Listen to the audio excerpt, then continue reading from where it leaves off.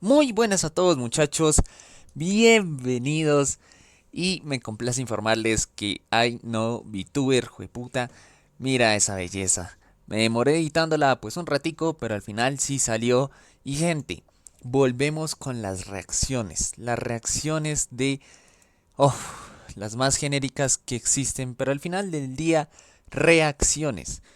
Por ello, bueno, tengo unos videitos por ahí pendientes para ver y ahí ya los tengo lísticos de manera en la cual, pues bueno, ahí los reaccionamos rapidito, mantenemos llenito el canal secundario que lo estoy llenando harto y bueno, cada vez nos acercamos poco a poco a eliminar todos los videos que tengo en ver más tarde. Pero por el momento no nos apresuremos.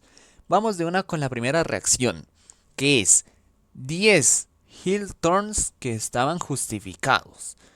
Esto ya hay que entender la narrativa y hay que saber bien qué es un Heel Turn. Yo sé perfectamente que si usted está viendo esta reacción es porque usted sabe perfectamente los términos del wrestling y bueno, seguramente usted sabe lo que sería un Heel Turn justificado en todas sus dimensiones. De manera en la cual le metemos los subtítulos inglés generado español y sonido. Vamos a ello. Spit on, I get disrespected, and I'm sick of it. 10 WWE heel turns that were actually justified. Be sure to subscribe and hit that notification bell for daily wrestling videos and follow us on Facebook for exclusive lists. Number 10, Becky Lynch. A WWE's grand idea for the Becky Lynch versus Charlotte Flair feud in 2018 was to have Lynch as the heel. But the issue here was that Lynch, despite being a heel, had every right to be furious with her former best friend. Initially, El, el vínculo que se pierde entre Becky Lynch y Charlotte Flair me parece algo triste, weón, porque es algo muy natural y algo que puede pasar. Y todo por el éxito, todo por la fama. Aunque no estoy tan bien informado en esto. Pero es triste, weón, porque ellas llegan al main roster como mejores amigas, como buenas compañeras de trabajo, con muchos sueños entre las dos, para que al final ya sea una Becky Lynch y un Charlotte Flair totalmente distintas a las que llegaron ese día, conocido como la Revolución Femenina. Pues triste, ya que eso ya pasan las cosas y de todas formas pues demuestra fue casi que lo mejor para los negocios porque lo que fue el fenómeno de Demand, lo que fue Becky Lynch en su momento no tuvo sentido.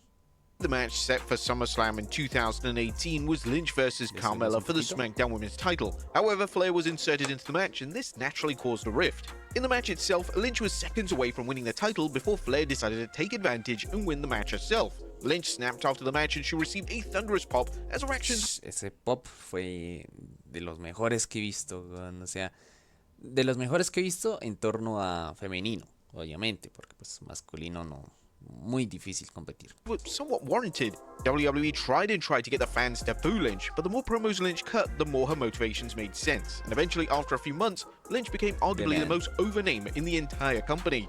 Number 9, The Rock. If the fans are literally chanting for a wrestler to die, then maybe, just maybe, that wrestler is justified in turning against them. This was the case with The Rock, as fans didn't just resent him as a babyface in 1997, they loathed him and decided to greet him with chants of Die Rocky Die. The Rock would join forces with the Nation of Domination, and his first promo as a heel explained that it was all about respect, and the fans had shown him nothing but hate and disdain. During his heel run, The Rock's work was so incredible that it managed to turn the fans into The Rock's favor. And just a few years later, the Great One would be one of the most popular babyface acts in all of pro wrestling. Number 8, Stephanie McMahon. The billion-dollar princess Stephanie McMahon. ¿Y este cómo? McMahon had a rough end to the 90s. McMahon was abducted and held hostage by the Ah, sí, ya me acuerdo esto. Undertaker, and it was even revealed that her own father Vince McMahon was behind the whole ordeal in order to gain leverage over his nemesis Stone Cold Steve Austin. In late 1999, Triple H would enter into a feud with Mr. McMahon, and Stephanie would be right in the middle of the bad blood. In a shocking twist, Stephanie would side with Triple H at the 1999 Armageddon pay-per-view, and it would transpire that her and the game had been plotting to take over WWE. On the Raw following the heel turn, Stephanie explained to her father that this was all his own doing, as he had put her in danger for his own gain and he never showed any remorse. Stephanie had every right to take revenge on her father, and that ultimately made her, at least first, the hero in this Attitude Era storyline, and a heel turn totally justified. No, totalmente, weón. O sea, se nota mucho. Y es que Vince tiene huevo. O sea, tuvo huevo en sus decisiones. Por ejemplo, me acuerdo de la storyline esa cancelada de que embarazara a Stephanie y el padre iba a ser el mismo Vince McMahon. No, no, marica, es que Vince tenía sus ideas locas, la verdad. Number 7, Bret Hart. Turning Bret Hart heel in 1997 was a huge risk. Hart had been a top babyface for years in WWE, yet as the company began to push towards an edgier product, the fans slowly began to turn against the babyface persona that Hart was presenting. The heel turn officially went down at WrestleMania 13 as the crowd decided that Stone Cold Steve Austin was their new babyface, and Hart was a casualty of this new fan allegiance. Hart decided to turn verbally against the fans, and Hart was justified for this, as Austin had been making his life hell, so why on earth would his fanbase decide that Austin was in the right and Hart was suddenly the bad guy? Now this heel turn could have flopped, but thankfully Hart delivered one of the most underrated heel runs of all time. He was a credible heel, and everything he said had weight and justification. Number 6, Chris Jericho. Now, Chris Jericho was in a weird place in the first half of 2008. Jericho returned in 2007 as a babyface, yet something was missing from his presentation and character. Jericho would be inserted into a feud with Shawn Michaels and Batista. Chris Jericho es heel natural, marica. Totalmente. Yo a Chris Jericho no lo veo como face. And despite HBK basically tricking the fans and the roster into thinking he was legitimately injured, the majority still supported HBK's questionable actions. At the time, Jericho and HBK had become close friends on TV, and when it was uncovered that he had been gaslighting everyone, Jericho was devastated. Jericho turned this disappointment into physical anger, as HBK would become his mortal enemy, and what followed was a complete career and character transformation for the first ever undisputed champion.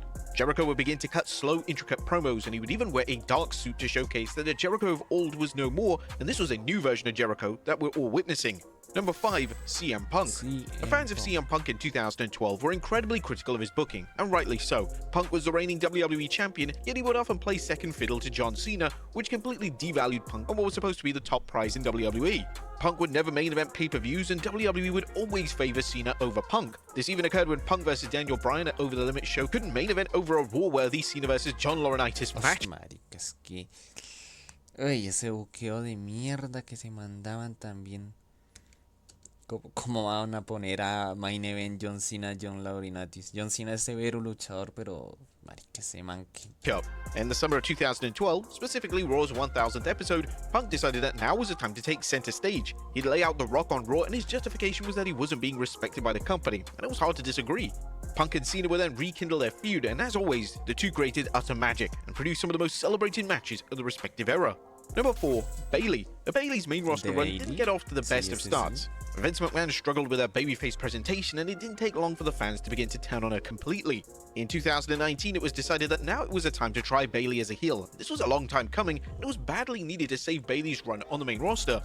A mí sí me dolió lo de este segmento, marica, porque a mí sí me gustaba mucho la entrada así, y como face, Bayley Hooger era brutal. No sé, a mí como que era especial para mí, weón.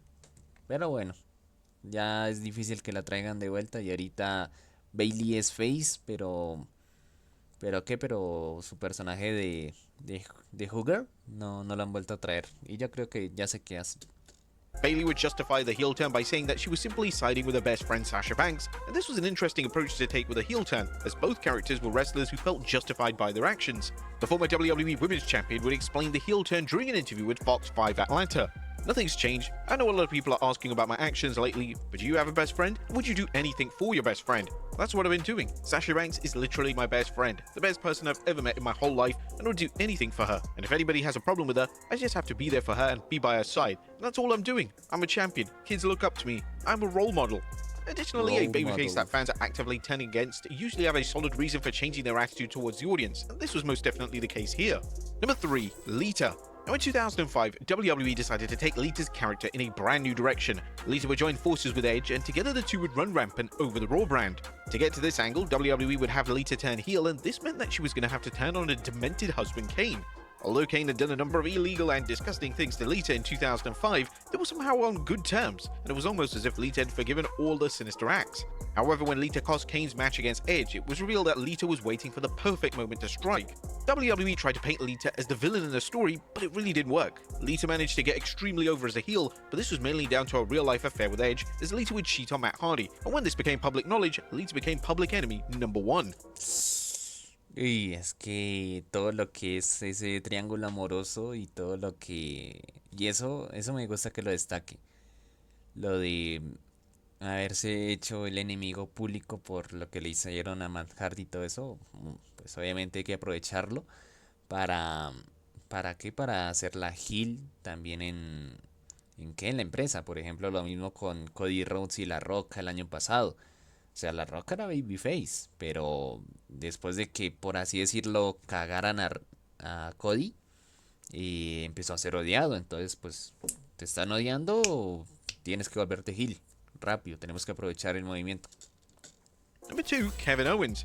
One of the key Kevin elements Owens. of the Triple H era is to focus on continuity, and this was seen with Kevin Owens as Owens decided to turn on Randy Orton and Cody Rhodes due to their positive relationship with the Bloodline. Entiendan Owens would la point out that the Bloodline had tried to narrativa. end his career for years, and now that his good friends were siding with them, he saw this as a true spit in the face. Owens was spot on with this character motivation, and it would have made zero sense for Owens to simply continue as a beloved babyface despite notable side characters not sharing the same morals.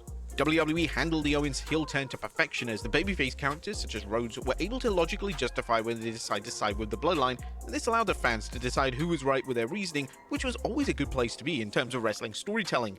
And number 1, Drew McIntyre. Drew McIntyre's gradual drift into one of WWE's top heels has been an absolute joy to watch. McIntyre's character work has been exceptional, and the best thing about the character work is that it's always been embedded with logic and continuity. McIntyre took issue with the WWE locker room, accepting Jey Uso with open arms. Main event Jey had caused havoc with the Bloodline for years, yet the babyface side of the locker room had just moved on as if nothing had happened. Everything that McIntyre was saying had a ton of weight, and even the most casual fan could understand why McIntyre was slowly turning to the dark side. This continued into subsequent feuds with Seth Rollins and even CM Punk, as McIntyre's motivations were always based in established continuity, and this was a significant factor in McIntyre's character getting over to the extent it has over the past few years. But there you have it, folks, 10 WWE heel turns that were Marica, es actually... que lo de Drew McIntyre es brutal, marica, el manejo que le han dado. O sea, la verdad es de las mejores cosas que Triple H ha hecho, e incluso es Drew también el que ha aportado y seguramente CM Punk. O sea, no sé, es muy infravalorado Drew McIntyre. O sea, tanto en lucha como en promos y todo eso, Drew es de los mejores que han habido en esta empresa. 12 minutos. Silencio, silencio, silencio, silencio. justified. Be sure to leave your comments down below.